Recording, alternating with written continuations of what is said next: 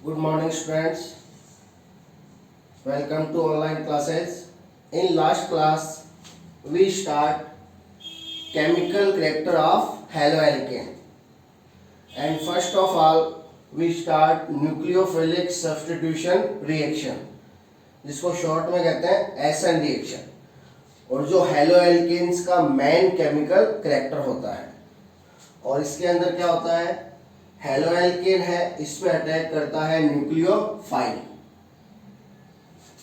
अब न्यूक्लियोफाइल है वो अटैक करेगा, तो यहाँ पे हेलोएल्केन में कार्बन एंड हेलोजन के बिटवीन बॉन्ड होता है।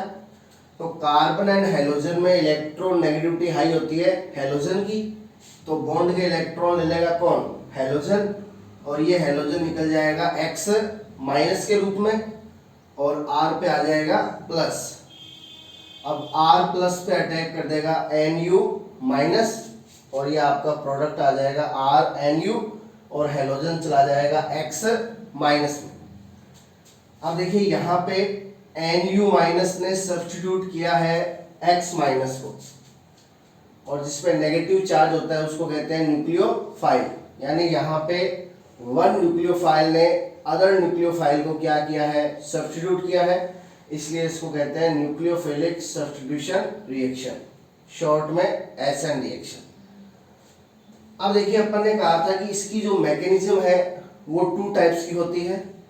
First unimolecular nucleophilic substitution SN1, and second bimolecular nucleophilic substitution SN2. Today we start unimolecular nucleophilic substitution reaction SN1. ठीक है, सब्स्टिट्यूशन के लिए S, न्यूक्लियोफिलिक के लिए N, यूनिमोलिकुलर मतलब वन मॉलिक्यूल, इसके लिए 1, SN1 रिएक्शन। अब देखिए इसमें क्या होता है।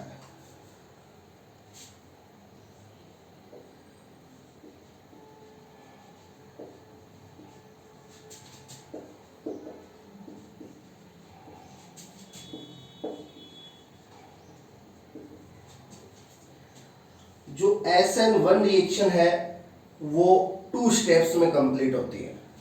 SN1 रिएक्शन कितने स्टेप्स में कंप्लीट होती है, 2 स्टेप्स में। देखिए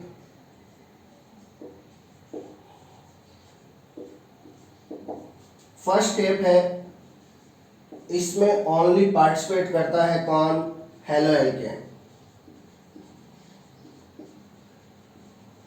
फर्स्ट स्टेप में ओनली हेलोएल्केन पार्टिसिपेट करेगा, और यहाँ पे क्या होगा, कार्बन एंड हेलोजन के बिटवीन इलेक्ट्रोनेगेटिविटी हेलोजन की हाई है, तो इस बॉन्ड के इलेक्ट्रॉन ले लेगा हेलोजन, ठीक है, और ये हेलोजन चला जाएगा X माइनस के रूप में, और हेलोएल्केन की कार्बन चेन पे आ जाएगा पॉजिटिव, जो यहाँ पे हुआ था R प्लस X माइनस। अब देखिए यहां कार्बन चेन पे क्या है, पॉजिटिव है, और यदि कार्बन चेन पे पॉजिटिव चार्ज हो तो ऐसे इंटरमीडिएट को अपन कहते हैं कार्बोकेटायन। तो यहां पे फर्स्ट स्टेप में कार्बोकेटायन इंटरमीडिएट का फॉर्मेशन होता है। अब ये जो फर्स्ट स्टेप है जिसमें ओनली हेलोएल्केन पार्टिसिपेट करता है, इसमें SN1 में, तो ये जो स्टेप है वो स्लो स्टेप होता है। ये क्या होता है, स्लो स्टेप होता है, यानी इसकी रेट ऑफ रिएक्शन क्या होती है, स्लो होती है।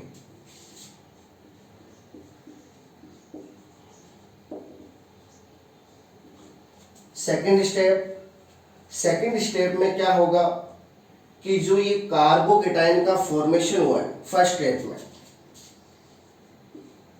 इस कार्बोकेटायन पे अटैक कर देगा कौन, न्यूक्लियोफाइल। यानी जो अटैकिंग न्यूक्लियोफाइल है वो यहाँ पे पार्टिसिपेट करेगा सेकेंड स्टेप में, ये फर्स्ट स्टेप में पार्टिसिपेट नहीं करेगा।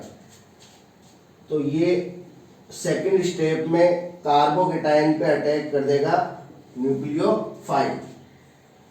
Are plus N U minus, ये फॉर्मेशन हो जाएगा आर एन यू का, और आर एन यू अपना क्या था, प्रोडक्ट, तो ये फॉर्मेशन हो गया प्रोडक्ट का। तो यहाँ पे एक तो अपने फॉर्मेशन हुआ था आर एन यू और एक एक्स माइनस, तो ये बन गया आर एन यू और ये ऊपर बन गया था एक्स माइनस। तो ये जो सेकंड स्टेप है ये होता है first step.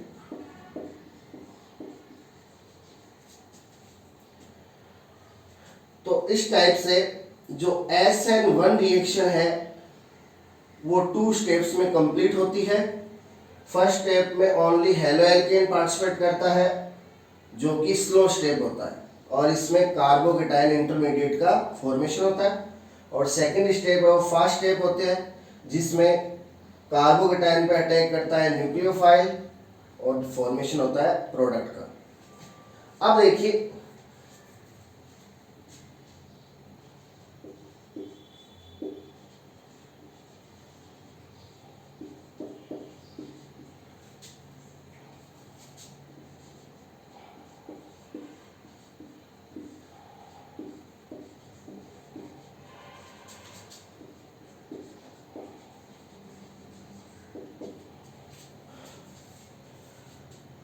According to active mass rule of Guldberg and बागे, गुलबर्ग एंड बागे का जो एक्टिव मास रूल है वो क्या कहता है कि किसी रिएक्शन की रेट ऑफ रिएक्शन, किसी केमिकल रिएक्शन के लिए रेट ऑफ रिएक्शन है वो डायरेक्टली प्रोपोर्शनल होता है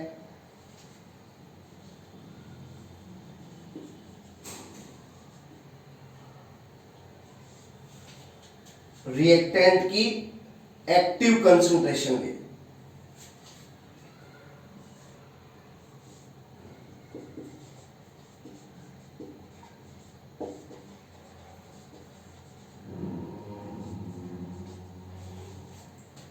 तो यहां पे जो लार्ज ब्रैकेट है इसका मीन है एक्टिव कंसंट्रेशन। अब इसके अंदर क्या है, रिएक्टेंट, तो ये है एक्टिव कंसंट्रेशन ऑफ रिएक्टेंट। तो गुलबर्ग एंड बागे के एक्टिव मास रूल के अकॉर्डिंग जो किसी केमिकल रिएक्शन के लिए जो रेट ऑफ रिएक्शन है वो डायरेक्टली प्रोपोर्शनल होता है एक्टिव कंसंट्रेशन ऑफ रिएक्टेंट के, कि जो केमिकल रिएक्शन में जो रिएक्टेंट है उसकी एक्टिव कंसंट्रेशन के। अब देखिए ये जो डायरेक्टली प्रोपोर्शनल है इसके साइन को हटाएंगे,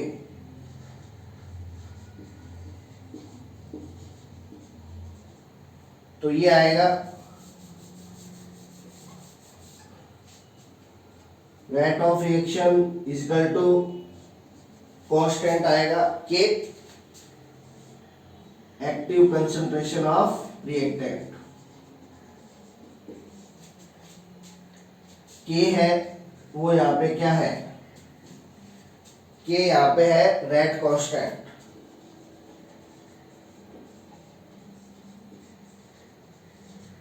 के यहां पे होता है रेट कांस्टेंट। तो इस रिएक्शन को किसी केमिकल रिएक्शन की क्या कहते हैं, रेट इक्वेशन कहते हैं।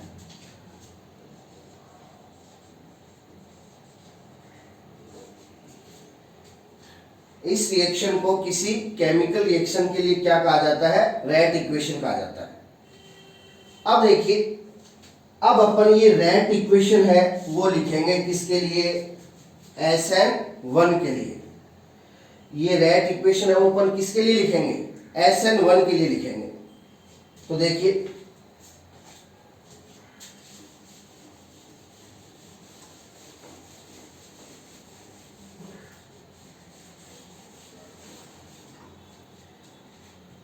अपन ने देखा कि जो SN1 है वो कितने स्टेप में कंप्लीट हो रही है, 2 स्टेप में।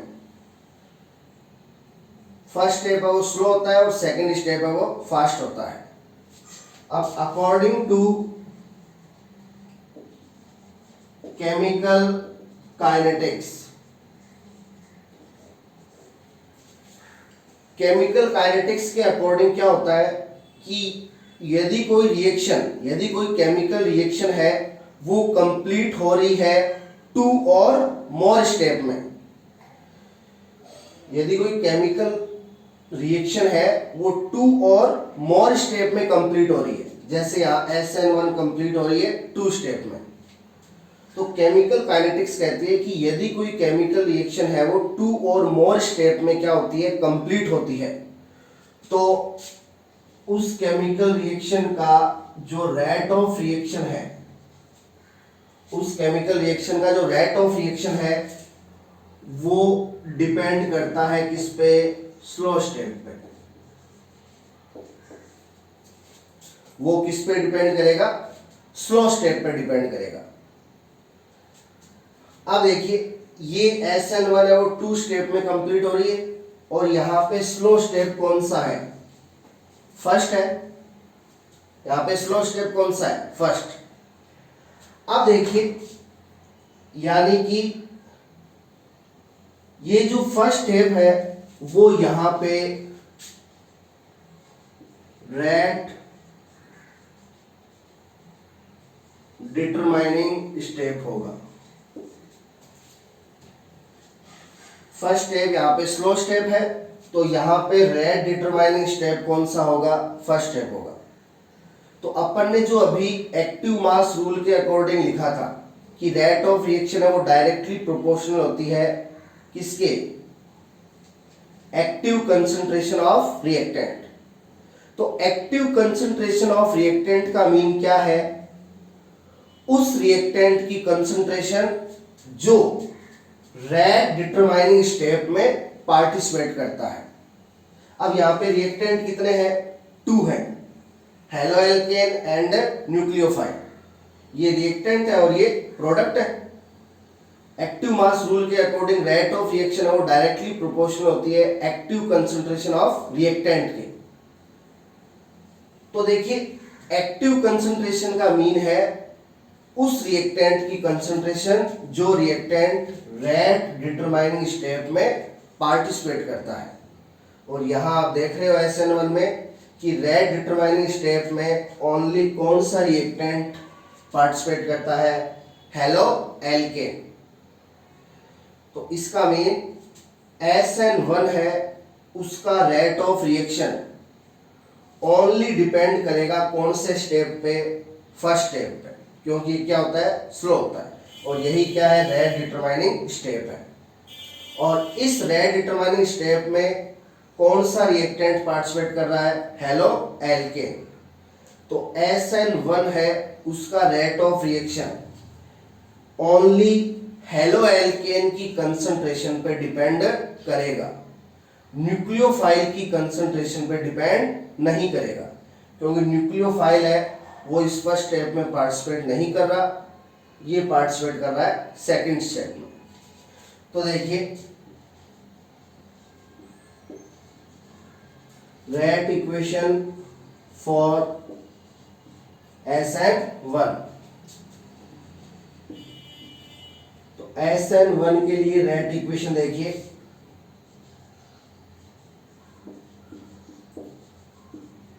Rate of reaction is equal to K। Rate of reaction directly proportional होती है एक्टिव कंसंट्रेशन ऑफ रिएक्टेंट। अब यहाँ पे एक्टिव कंसंट्रेशन कौन सी रिएक्टेंट की है, हेलोएल्केन की, तो यहाँ पे आ जाएगा हेलोएल्केन, यानी इसकी रेट ऑफ रिएक्शन में ओनली कौन आएगा, हेलोएल्केन आएगा, न्यूक्लियोफाइल नहीं आएगा। तो SN1 में जो रेट ऑफ रिएक्शन है वो डायरेक्टली प्रोपोर्शनल होती है एक्टिव कंसंट्रेशन ऑफ हेलोएल्केन की, क्योंकि रेट डिटरमाइनिंग स्टेप में ओनली कौन पार्टिसिपेट कर रहा है, हेलोएल्केन पार्टिसिपेट कर रहा है। तो ये SN1 के लिए क्या हो गई, रेट इक्वेशन हो गई। ये SN1 की क्या है, रेट इक्वेशन। अब देखिए यहां पे जो रेट डिटरमाइनिंग स्टेप है, यहां रेट डिटरमाइनिंग स्टेप में रिएक्टेंट का ओनली वन मॉलिक्यूल पार्टिसिपेट कर रहा है। रिएक्टेंट के अपने कितने मॉलिक्यूल आए? 2 मॉलिक्यूल, हेलोएल्केन एंड न्यूक्लियोफाइल।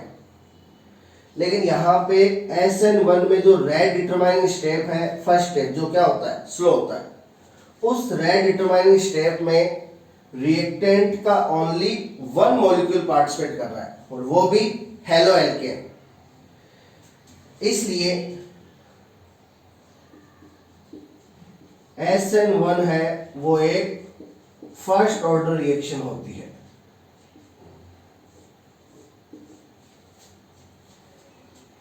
यानी यहां पे जो रेट ऑफ रिएक्शन है वो ओनली रिएक्टेंट के वन मॉलिक्यूल है उस पे डिपेंड कर रहा है, केवल हेलोएल्केन पे, न्यूक्लियोफाइल पे डिपेंड नहीं कर रहा। यदि यहां रेट ऑफ रिएक्शन हेलोएल्केन और न्यूक्लियोफाइल बोथ पे डिपेंड करता तो ये सेकंड ऑर्डर की रिएक्शन हो जाती। लेकिन यहां पे रेट ऑफ रिएक्शन है वो ओनली हेलोएल्केन की कंसंट्रेशन पे डिपेंड करता है, इसलिए SN1 है वो एक फर्स्ट ऑर्डर की रिएक्शन है। अब देखिए इसको SN1 कहने का रीजन क्या है? इसको SN1 कहने का रीजन क्या है? तो इसको SN1 कहने का रीजन भी यहीं से आएगा कि इसका जो रेट डिटरमाइनिंग स्टेप होता है, फर्स्ट स्टेप, उस रेट डिटरमाइनिंग स्टेप में रिएक्टेंट का ओनली वन मॉलिक्यूल पार्टिसिपेट करता है। इसके रेट डिटरमाइनिंग स्टेप में रिएक्टेंट का ओनली वन मॉलिक्यूल पार्टिसिपेट करता है, किसका? हेलोएल्केन का। तो यहां रेट डिटरमाइनिंग स्टेप में ओनली रिएक्टेंट का वन मॉलिक्यूल पार्टिसिपेट करता है, इसलिए इस मैकेनिज्म को कहा जाता है यूनी मॉलिक्यूलर SN रिएक्शन, यानी SN1 रिएक्शन। यानी इसके रेट डिटरमाइनिंग स्टेप में ओनली वन रिएक्टेंट है वो पार्टिसिपेट करता है, इसलिए इसको कहा जाता है SN1 रिएक्शन।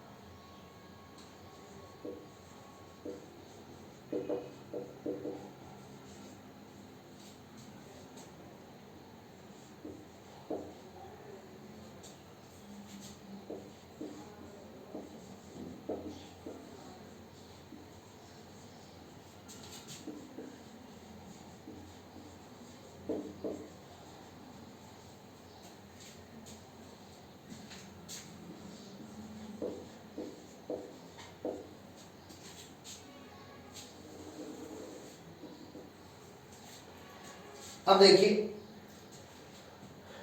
अब अपन डिफरेंट हेलोएल्केन्स के लिए रिएक्टिविटी का ऑर्डर करेंगे, किसके लिए? SN1 के लिए, कि कौन सा हेलोएल्केन है वो SN1 के लिए हाई रिएक्टिव होता है और कौन सा हेलोएल्केन SN1 के लिए लेस रिएक्टिव होता है। तो देखिए यहां पे अपन ने देखा कि जो रेट डिटरमाइनिंग स्टेप है, फर्स्ट स्टेप, उसमें इंटरमीडिएट के रूप में कार्बोकेटाइन का फॉर्मेशन होता है। आपने देखा कि यहां पे रेट डिटरमाइनिंग फर्स्ट स्टेप में किसका फॉर्मेशन होता है? कार्बोकेटाइन का। और हमेशा ध्यान रखना कि जिस केमिकल इक्वेशन में इंटरमीडिएट बनता है कौन? कार्बोकेटाइन। कौन बनता है? कार्बोकेटाइन बनता है। तो वहां रिएक्टिविटी है वो डिपेंड करती है स्टेबिलिटी ऑफ कार्बोकेटाइन के। तो इसलिए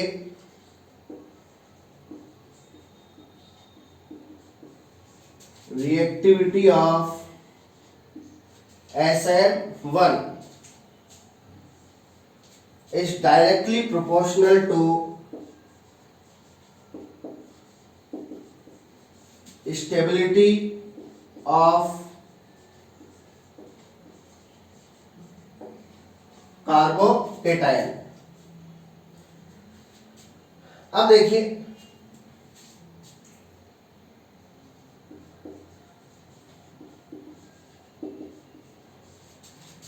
stability of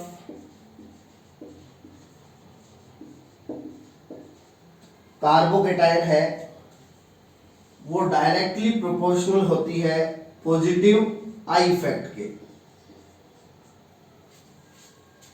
stability of carbocation is directly proportional to positive I effect.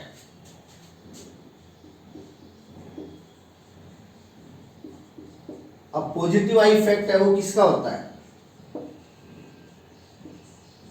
Alkyl groups का। पॉजिटिव आई इफेक्ट किसका होता है? एल्किल ग्रुप्स का होता है। और एल्किल ग्रुप्स है वो पॉजिटिव आई इफेक्ट के रीजन से इलेक्ट्रॉन्स को क्या करते हैं? रिफ्लेक्ट करते हैं। पॉजिटिव आई इफेक्ट का मीन क्या होता है? इलेक्ट्रॉन्स को रिफ्लेक्ट करना, अपने से दूर भेजना। पॉजिटिव आई इफेक्ट का मीन होता है इलेक्ट्रॉन्स को रिफ्लेक्ट करना, यानी इलेक्ट्रॉन्स को अपने से दूर भेजना। तो ये जो एल्किल ग्रुप्स हैं वो पॉजिटिव आई इफेक्ट के रीजन से इलेक्ट्रॉन्स को क्या करते हैं? रिफ्लेक्ट करते हैं। और नेगेटिव आई इफेक्ट माइनस आई, इसका भी होता है इलेक्ट्रॉन्स को अट्रैक्ट करना, इलेक्ट्रॉन्स को अपनी ओर खींचना। लेकिन यहाँ पे स्टेबिलिटी ऑफ कार्बोकेटायन है वो डायरेक्टली प्रोपोर्शनल होती है किसके? प्लस आई इफेक्ट के।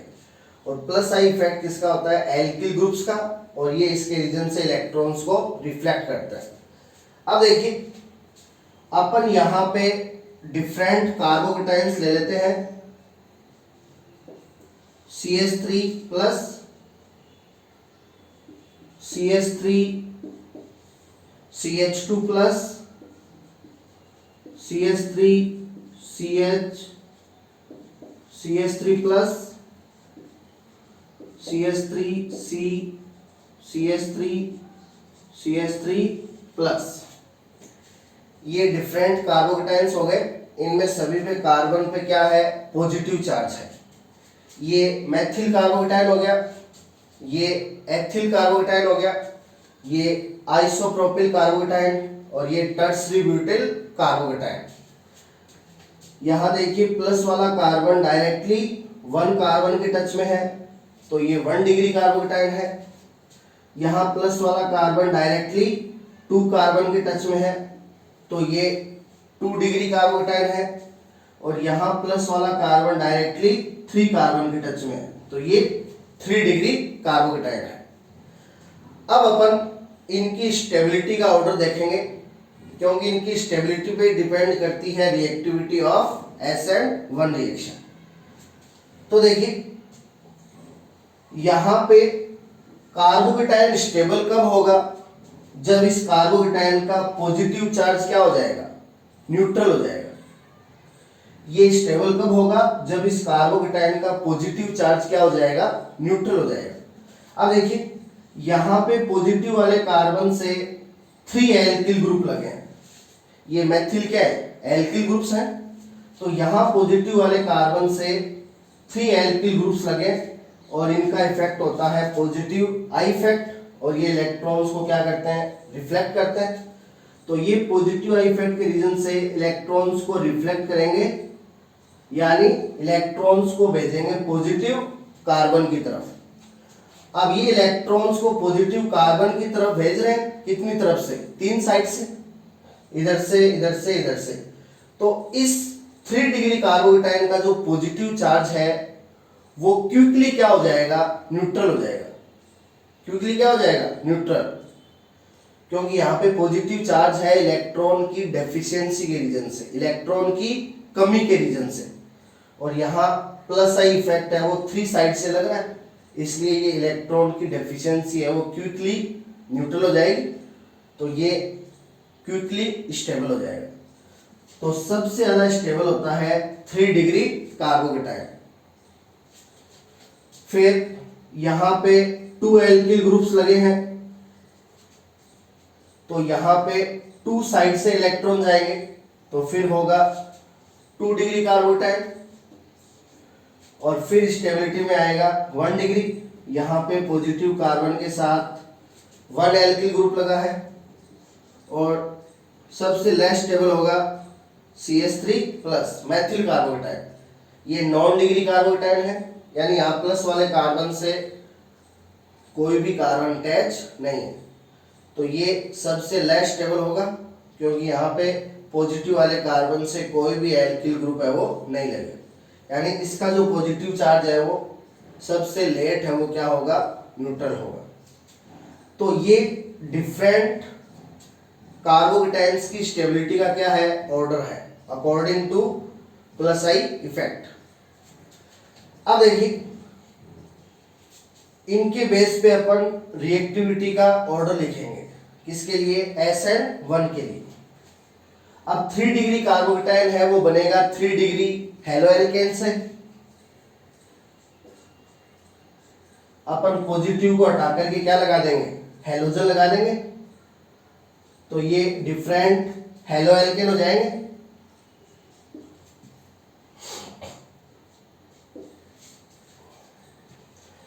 तो ये 3 डिग्री हेलोएल्केन हो गया, हेलोजन से अटैच कार्बन डायरेक्टली 3 कार्बन के टच में, तो इससे फॉर्मेशन होगा 3 डिग्री कार्बोकेटाइन का, जो मोर स्टेबल होता है।